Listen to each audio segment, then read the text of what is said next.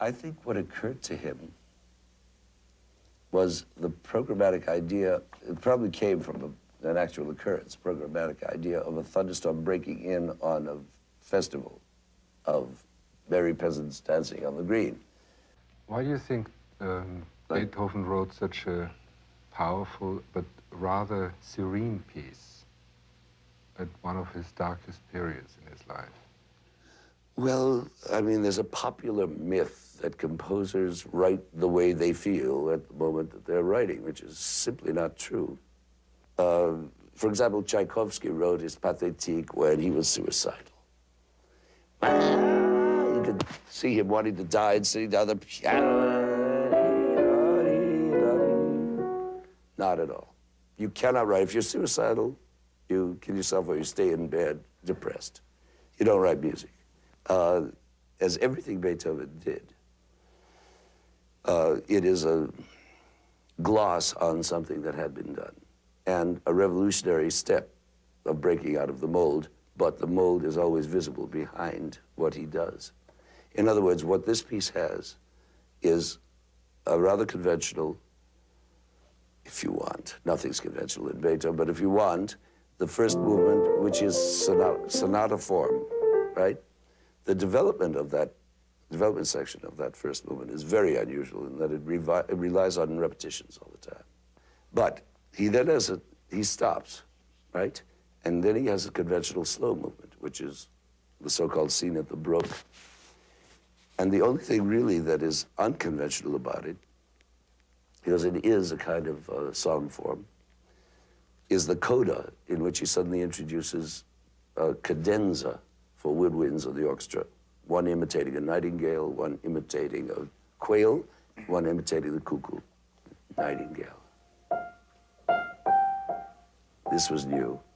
Not really new, because Rameau had done this sort of thing, and you know, on their little harpsichords, but not in a symphony. That's a quail, that's the wachtel, and the cuckoo goes underneath. Titeri is the wachtel, that's the cuckoo. The nightingale's choice, so the three together. Makes the cadence. Otherwise, it's a pretty conventional, beautiful movement of flowing.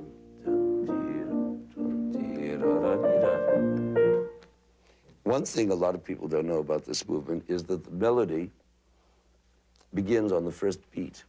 So they usually think this is accompaniment.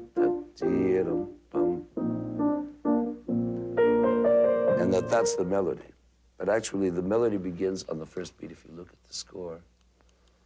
And you see that they play, the violins who have the melody, play bum. That's the beginning of the melody. Then it continues, da-da-da, all of which is just an ornamentation of that first single B flat. In other words, it goes D. The melody's already begun.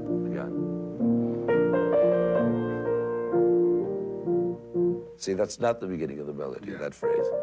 It's an elaboration of the single note, B flat. It's just a way of ornamenting that single note.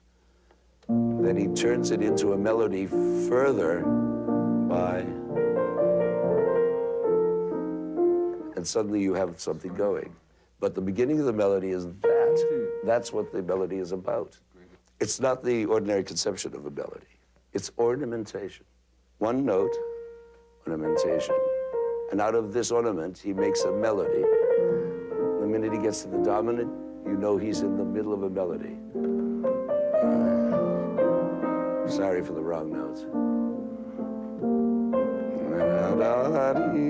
Now it blooms as a real melody, something we recognize as a tune.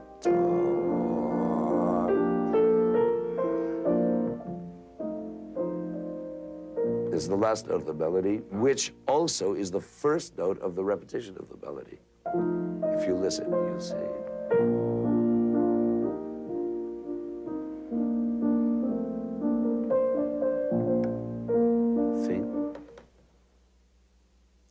That's his tune, for good or bad. I mean, that's the way Beethoven wrote melodies. He was not a great melodist. What he was interested in was seeds, motives, things out of which he could bring melodies. This is one of the most unremarkable melodies ever written, one of the most famous, but you couldn't call it a melody, could you? Seventh Symphony.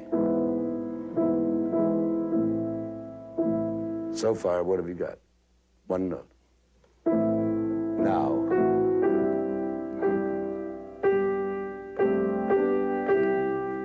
Some melody. Now it becomes a little more melodic.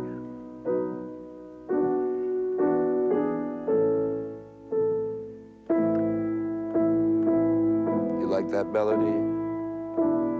You do? So do I. But is it a melody? No. There is no aspect of Beethoven in which you can say Beethoven is great as a melodist, a harmonist, a contrapuntist, a tone painter, his orchestration. You can find fault with all of them. If you take any one of these elements separately, you find nobody. There's nothing there. He spent his whole life trying to write a good fugue, and he himself admitted he never succeeded. And as far as his orchestration is concerned, you could have it. I mean, it's bad. It has trumpets sticking out, all playing the same note, and it's sort of drowning out everybody else. You can't really hear. You have to balance. The melodies go like that, and you can't really say it's a great melodist. And the harmonies, any child could write. And as for harmonies, how many times do you have to listen to the pages of one chord over it? That's not very interesting harmonically, right? Well, what makes it interesting? Well, it's the form. Well, form is a mold that can be made to be very uninteresting factor. But in Beethoven's case, the form is all because it is a case of what note succeeds every other note. And in Beethoven's case, it is always the right next note, as though he had some private telephone wire to heaven, which told him what the next note had to be. No composer ever had that, even Mozart, to that degree, where everything is so unpredictable and yet so right. It all checks. It all works out. You can rely on it. You know the next note has to be the next note and the only next note that could come. And that makes his form perfect. How he had this, nobody knows, because he struggled. He scratched out. He never left his rooms. He went crazy, and he kept saying, well, I'm writing only the tip of the iceberg of what I really feel, what I could really write. His room was a mess. His food was uneaten. For 3 days, it was stale. The chamber pot was unemptied under his piano. He moved all the time. He couldn't find a place that was right. He kept trying. If you look at those sketches, you see the crossings out. You see the agonies that this man went through. And what has finally appeared as the finished product looks as though it was simply phoned in from God. That's what's so incredible.